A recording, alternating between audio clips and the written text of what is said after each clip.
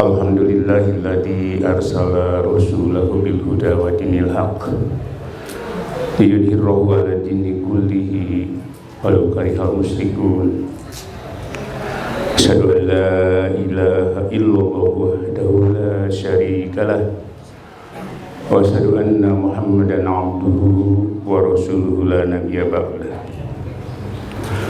Allahumma shalli wa sallim ala wa nabiyyana wa rasulina wa maulana Muhammadin sallallahu alaihi wasallam wa ala alihi wa ashabihi wa azwajihi wa dzurriyyatihi wa ahli baiti ajma'in wa man tabi'ahum bi ihsanin ila yaumiddin. Allahumma bika asbahna wa bika amsayna wa bika nahya wa bika namut wa ilaika nusyur. Asbahna wa asbahal mulku lillah walhamdulillahi rabbil alamin. Allahumma inna as'aluka ilman nafi'a wa rizqan thayyiba wa amalan mutaqabbala. Amma ba'd. Ilahi anta maksudi wa ridhoka matlubi a'tini mahabbataka wa ma'rifataka. Al-mukarramin, para kiai, para ustad, para wakil talqin Majelis Zikir MDTGN Suryalaya, Bapak Ketua Perwakilan MDTGN Suryalaya Perwakilan Malang, Habib khusus Sohibul Pait, Sohibul Hajat, Pak Ade yang telah memfasilitasi kita berkumpul di masjid yang mulia ini. Wabil khusus untuk guru kita Al-Mukarram Kiai Haji Muhammad Ali Hanafiah radhiyallahu anhu. Mudah-mudahan beliau yang pada saat ini sedang ada di Bandara Mamuju diberikan keselamatan perjalanannya sampai kembali ke Surabaya. Hadirin ikhwan wal akhwat serta yang hadir pada pengajian hari ini, saya akan, kalau kata bahasa Sundanya, sasadu. Sasadu itu saya ingin menyampaikan materi yang sudah saya persiapkan. Jadi saya orang akademisi, saya bukan kiai, saya bukan ustadz. Saya orang akademisi, jadi saya pakai media. Karena biasanya kalau ngajar itu pakai media ya. Jadi mohon maaf, hari ini kita akan sedikit belajar tentang zikir melalui media ini. Silakan Nah ini ada, silakan dilihat ke depan barangkali. Stop mas. Jadi dalam Quran itu ada 3 jenis hati. Yang pertama adalah qalbun salim.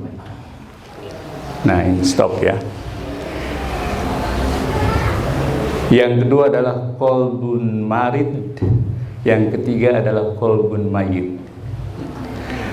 Qalbun salim sudah ada di dalam surat As-Syu'ara kalau tidak salah. Yauma la yanfa'u malu wala banun illa man attallaha biqalbin salim. Jadi suatu ketika, satu hari nanti, harta dan anak tidak berguna lagi kecuali kita menghadap Allah dengan qalbun salim. Yang kedua adalah qalbun marid. Di Al-Baqarah ayat 10 disebutkan fi qulubihim marad. Di dalam hatinya ada penyakit. Kemudian yang ketiga ada qalbun mayyit. Khatamallahu ala qulubihim. Allah telah mengunci hati mereka. Kemudian di surat Al-Mutaffifin ayat 14 juga dijelaskan, kalla barrona ala qulubihim ma kanu yaksibun. Hati mereka telah kunci karena perbuatan-perbuatannya. Saya kira itu makna secara umumnya. Nah, Bapak Ibu, qalbun salim ini langsung masuk surga bighairi hisab. Mudah-mudahan kita ada di arena qalbun salim ini. Qalbun mayit masuk ke neraka Jahannam karena sudah terkunci hatinya. A'udzubillahi min dzalik. Dua hati ini sudah jelas kemana yang qalbun salim, kemana yang qalbun mayit. Saya mau tanya, Bapak Ibu hidup di dunia ini mencari apa? Monggo. Santai aja, relax. Mencari apa kita ini di dunia ini? Mencari selamat ya. Mencari kebahagiaan dunia dan akhirat. Tapi bisakah kita bahagia di dunia? Itu sesuatu yang tidak mungkin. Tidak mungkin. Mengapa tidak mungkin? Karena hidup di dunia ini, tolong Mas, selalu campur. Saya sebetulnya minta kepada pembuat ilustrasi ini, qalbun salim ini warnanya putih, saya bilang. Tapi kok dibuat merah? Ya. Jadi kalau kita mau selamat di dunia dan di akhirat, hati ini harus putih. Harus putih. Karena kalau di akhirat kan sudah dijelaskan, yang hitam ke sana, terus yang qalbun salim ke surga. Jadi orang di dunia tidak mungkin mendapatkan kebahagiaan kalau hatinya tidak qalbun salim. Ya kan? Kita di akhirat itu ingin bersama Allah. Ya, ingin ketemu Allah. Dan sudah dijanjikan oleh Allah, barang siapa yang berharap bertemu dengan Allah, pasti waktunya terjadi. Pasti itu. Pasti. Oleh karena itu, di dunia ini kita hanya tentram saja, damai. Damai. Coba, saya kemarin bersama istri saya jalan-jalan ke Batu. Terasa tentram. Tapi ketika saya jalan ke sini di telepon, kok nggak ngajakkan cowok ikut? Bertengkar. Kan jadi tidak bahagia lagi. Jadi tidak ada kebahagiaan di dunia ini.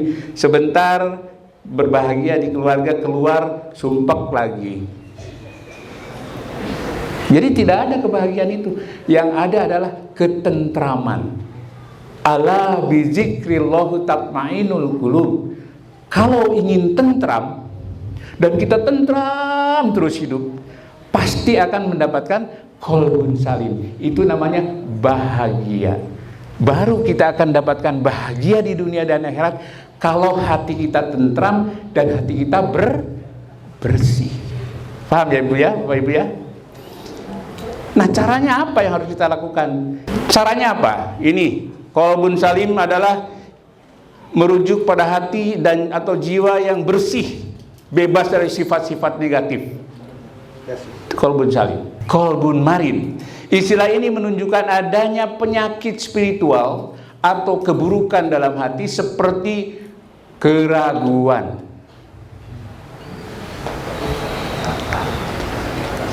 Keraguan. Jadi kita jangan ragu-ragu mengistiqomahkan zikir ini. Kesombongan. Kemudian ada kelemahan iman dan seterusnya. Kemudian qalbun mayit. Wah, ini sudah bahaya ini. Hati yang mati. Hati yang sudah tidak bisa diapa-apakan. kecuali dia bertobat nasuha. Bisa dengan zikir, bisa sekali la ilaha illallah 4.000 dosa besar keluar. Kita ditalkin 3 kali mengucapkan la ilaha illallah, berarti sudah berapa ribu? 12.000 hilang semua. Nah ini qalbun mayit bisa dihabisi dengan zikrullah.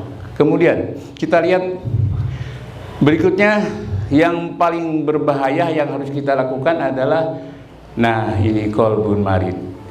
Bagaimana caranya supaya bersih? Ini ada ilustrasi, terus Mas. Ini adalah Pak Selamet. Pak Selamet bingung ya, bingung dia karena hatinya kotor. Terus jalan-jalan kemana aku harus melakukan ini? Dia berdiri merenung dia. Kemudian hatinya kotor, lalu ditembak dengan la ilaha illallah, hilang. La ilaha illallah, hilang. La ilaha illallah, hilang. La ilaha illallah, la ilaha illallah. Lalu apa yang terjadi pada Pak Selamet? Wah, langsung mukanya begitu ceria.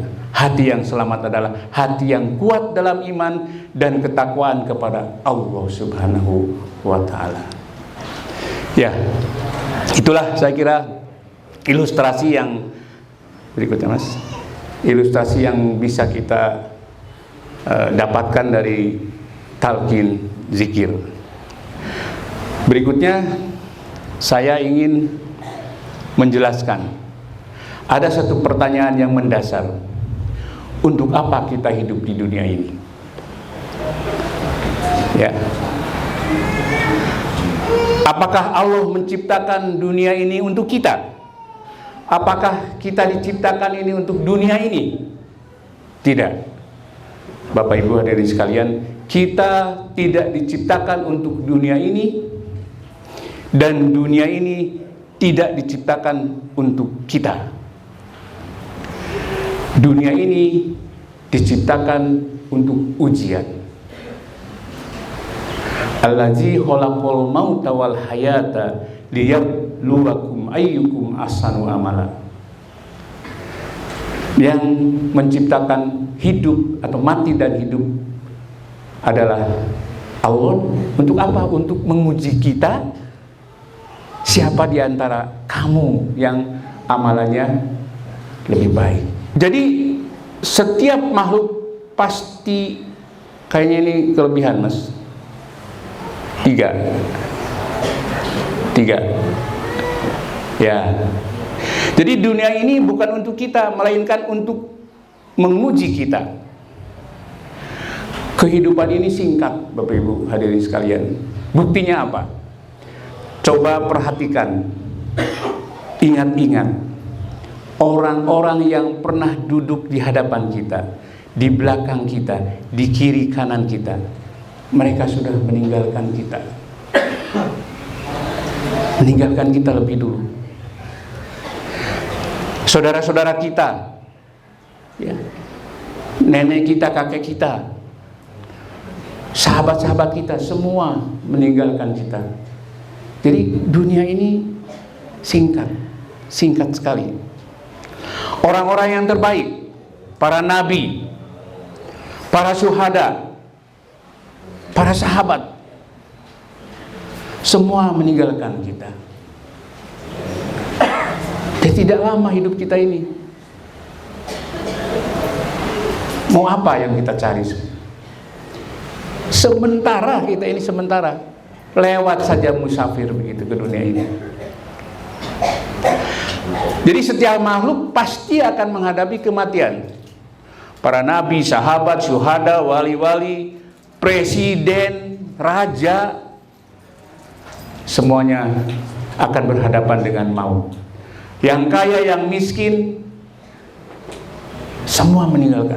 Dan maut itu tidak berhubungan dengan usia, tidak berhubungan dengan sakit, tidak berhubungan dengan anak kecil, tidak ada. Mati itu hubungannya dengan Allah.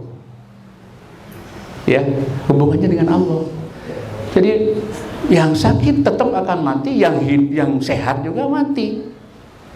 Anak-anak pasti kalau sudah waktunya mati, ya orang tua juga pasti mati. Ya.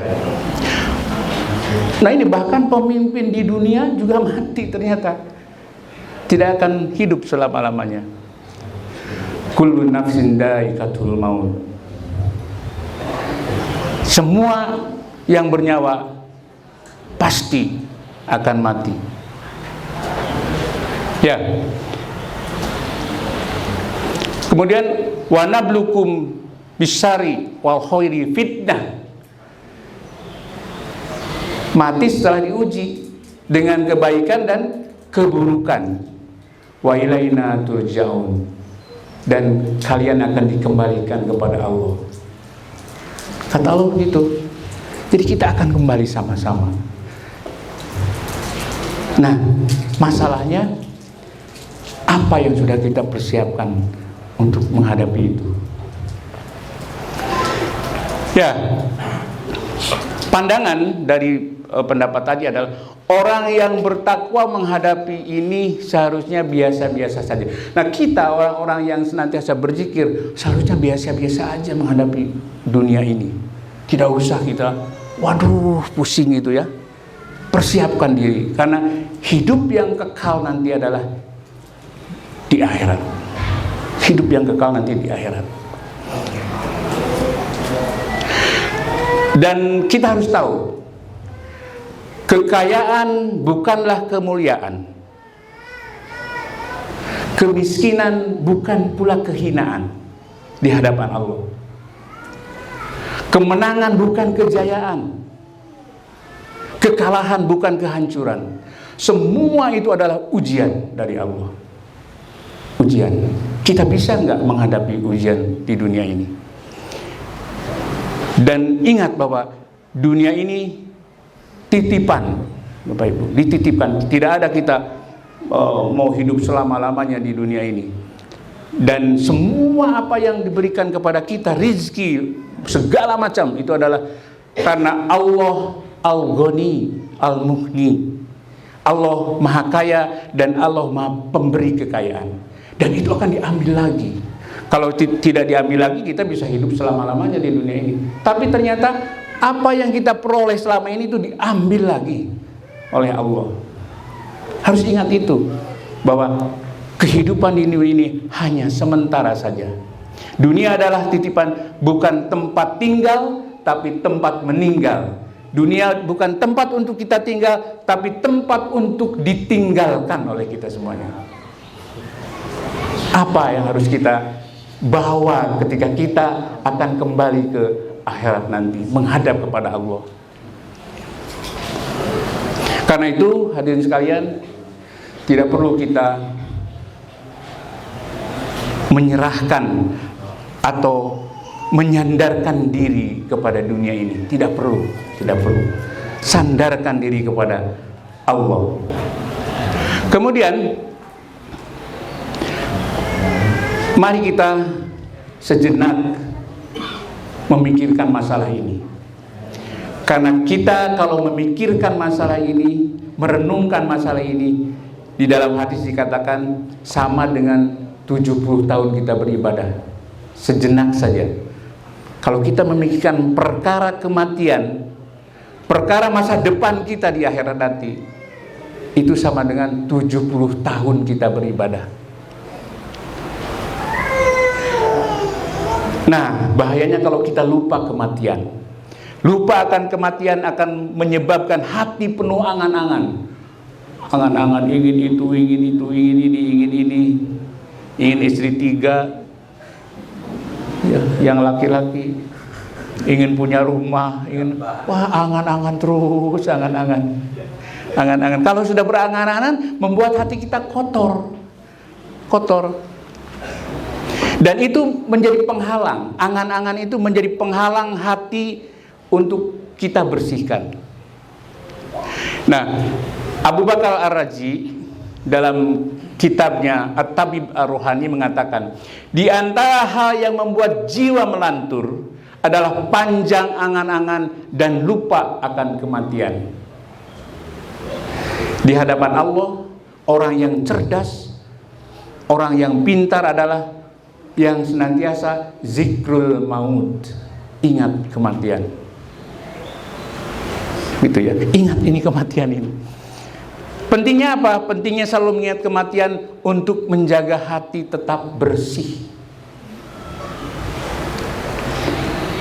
Kita kan lupa ya, kalau sudah terasa nyaman, tentram, lupa kalau kita ini dihadapkan pada satu peristiwa yang tidak mungkin itu, tidak pernah terjadi.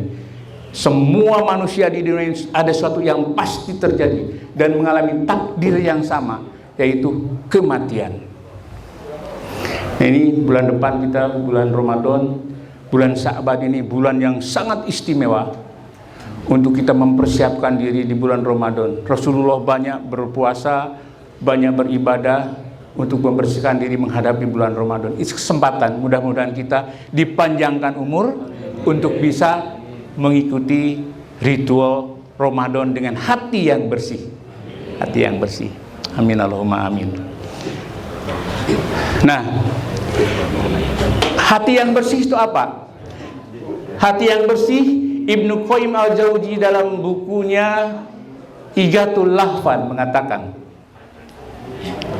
innahul qalbul ladzi salima min kulli sahwatin tuhalifu amarallahu wa min kulli subhatin tu'aridu khabaruhu. Ini bukan hadis, ini seorang ilmuwan.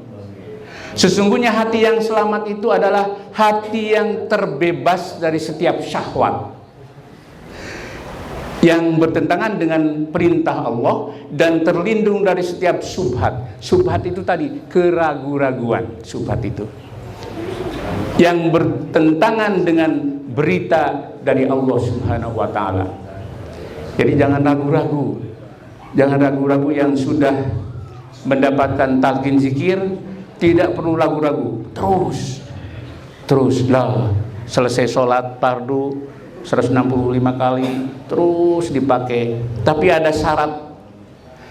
Abah Anom, guru agung kita, pada tahun 1986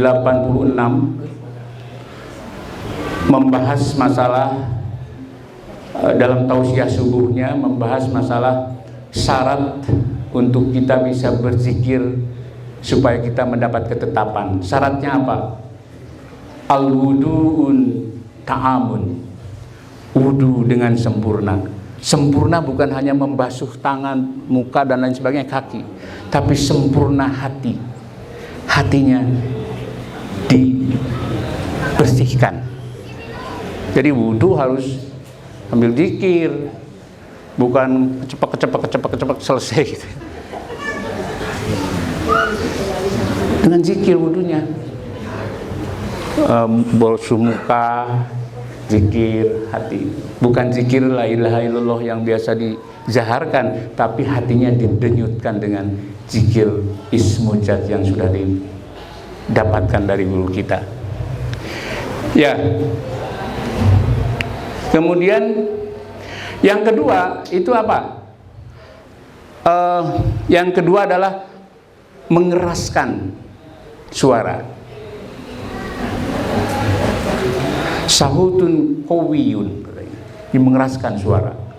La ilaha illallah, la ilaha illallah, dengan zikir jahar tadi. Yang ketiga adalah membantingkannya yang benar. Jadi jangan la ilaha illallah terus bingung gitu ya. Jadi la ilaha illallah. Jadi 3 syarat ini sebetulnya penjelasan dari Syekh Abdul Qadir Jailani, lalu Abah Anom mengutipnya. Jadi 3 syarat tadi, al-wudu'un apa tadi? Ta'amun, sautun qawiyun, darbun sayyidun. 3 syarat ini harus dipenuhi ketika kita akan berzikir. Ya, Terkait dengan kematian, kita tidak tahu. Kita yang berada di majelis zikir ini, apakah masih bisa menghirup udara segar malam besok atau nanti? Kita tidak tahu. Karena kematian itu akan datang tiba-tiba. Tidak bisa menolaknya. Jadi persiapkan dari sekarang. Kematian tanpa diskriminasi usia status. Ya tadi mau bupati, mau wali kota, mau kepala dinas, mau ustadz, mau kiai, kalau sudah tiba kullu nafsin dha'iqatul maut, semua makhluk yang hidup pasti akan mati. Bagaimana kita kalau tidak lagi, saya pribadi misalnya pulang dari sini sudah tinggal meninggalkan nama, ya. Ya mudah-mudahan kita dipanjangkan usia ya, sehat, banyak rezeki, dan tetap istiqomah ibadah kepada Allah Subhanahu wa Ta'ala. Dan dalam perjalanan hidup kita, kita harus senantiasa punya awareness, kesadaran bahwa hidup dengan penuh kesadaran ini, bahwa di dunia ini kita hanya sementara.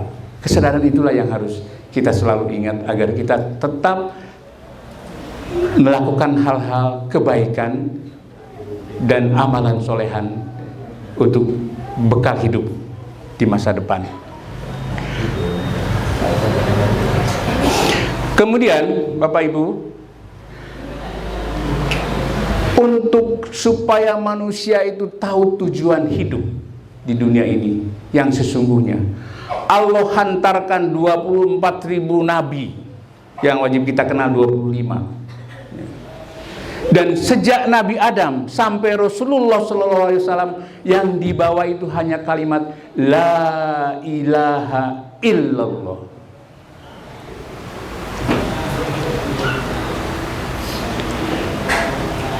Afdhalu ma kuntu anna wa nabiyyuna min qabli la ilaha illallah.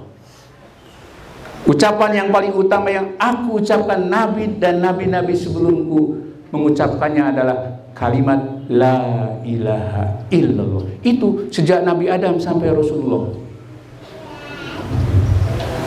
Mereka diutus oleh Allah untuk memperkenalkan Allah dengan kaumnya. La ilaha illallah. Mereka datang ke dunia ini dengan mengucapkan kabirullah, Allah Maha Agung. Apa kerja para nabi? Para nabi menyampaikan kepada kaumnya, jadidu imanakum, perbaharuilah imanmu. Kila nujadidu imanana ya Rasulullah, bagaimana caranya saya memperbarui iman ini ya Rasulullah? Rasulullah menjawab, aksiru min qauli la ilaha illallah. Perbanyaklah dzikir kepada Allah, perbanyaklah kita ingat kepada Allah. Jadi ini yang selalu disampaikan oleh para nabi, oleh Rasulullah utamanya kepada kaumnya, pada umatnya. Nah, kita umat Rasulullah apa bukan? Kita berharap menjadi umat Rasulullah. Kalau kita menjadi umat Rasulullah, harus mengerjakan apa yang dikerjakan oleh Rasulullah. Bukan jenggotnya dipanjangkan, itu silakan, itu sunnah. Tapi yang wajib ini, yang telah Rasulullah sampaikan kepada umatnya dan dibawa dari Allah untuk menyelamatkan umatnya, kalimat zikrullah ini, la ilaha illallah, ini yang harus kita kerjakan untuk bekal kita nanti di akhirat menghadap Allah Subhanahu wa Ta'ala. Lalu kerja Nabi itu apa lagi? Kerja Nabi siang dan malam datang kepada kaum pedagang, mengatakan bahwa, hei para pedagang, hasil daganganmu ini bukan hasil jerih payahmu, tapi ini adalah la ilaha illallah. Hei para yang kaya-kaya, kekayaanmu ini bukan milikmu, tapi karena tadi dikatakan Allah Al-Ghani, Allah Maha Kaya, Allah Al-Mughni, Allah Maha Pemberi kekayaan. Semua milik Allah. Lalu para pedagang, apa nih para nabi ini? Aku sudah berusaha siang dan malam, ini hasil usahaku. Gila Pak. Rasulullah mengatakan kepada para petani, hai para petani, buah bukan datang dari ranting, ranting bukan datang dari dahan, dahan bukan datang dari pohon, pohon bukan datang dari akar, akar bukan datang dari tanah, tapi la ilaha illallah. Semua dari Allah Subhanahu wa ta'ala. Ya, oleh sebab itu kita harus banyak berzikir, karena semua datang dari Allah Subhanahu wa ta'ala. Dalam Quran, setelah selesai sholat, bertebaranlah di muka bumi ini, cari karunia Allah, dan ingatlah Allah sebanyak-banyaknya supaya kalian beruntung. Bukan ingatlah untung sebanyak-banyaknya, tapi ingatlah Allah sebanyak-banyaknya supaya kalian beruntung. Sudah difirmankan oleh Allah, ingat Allah sebanyak-banyaknya. Ya, sedikit lagi ini Bapak Ibu. Satu, bahwa kita tahu bahwa para nabi sudah tidak ada, para sahabat sudah tidak ada. Ya, yang ada siapa? Yang ada para ulama, guru kita.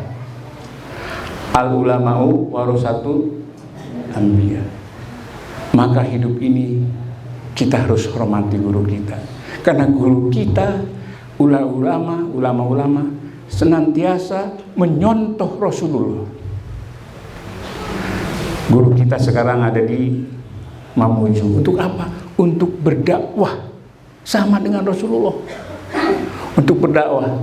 Siang dia bercucuran keringat, menghadapi 2-3 orang bahkan lebih banyak, hanya untuk mendakwahkan kalimat la ilaha illallah.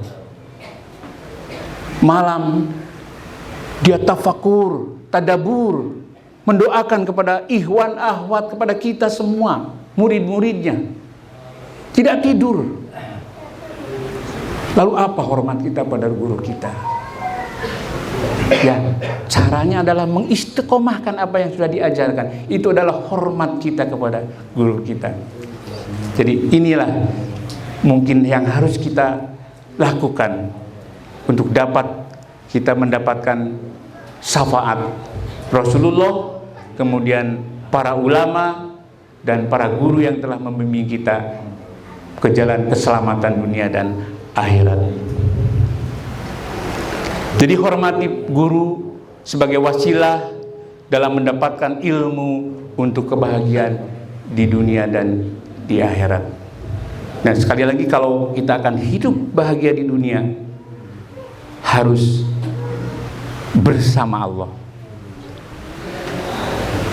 Kalau kita sudah bersama Allah,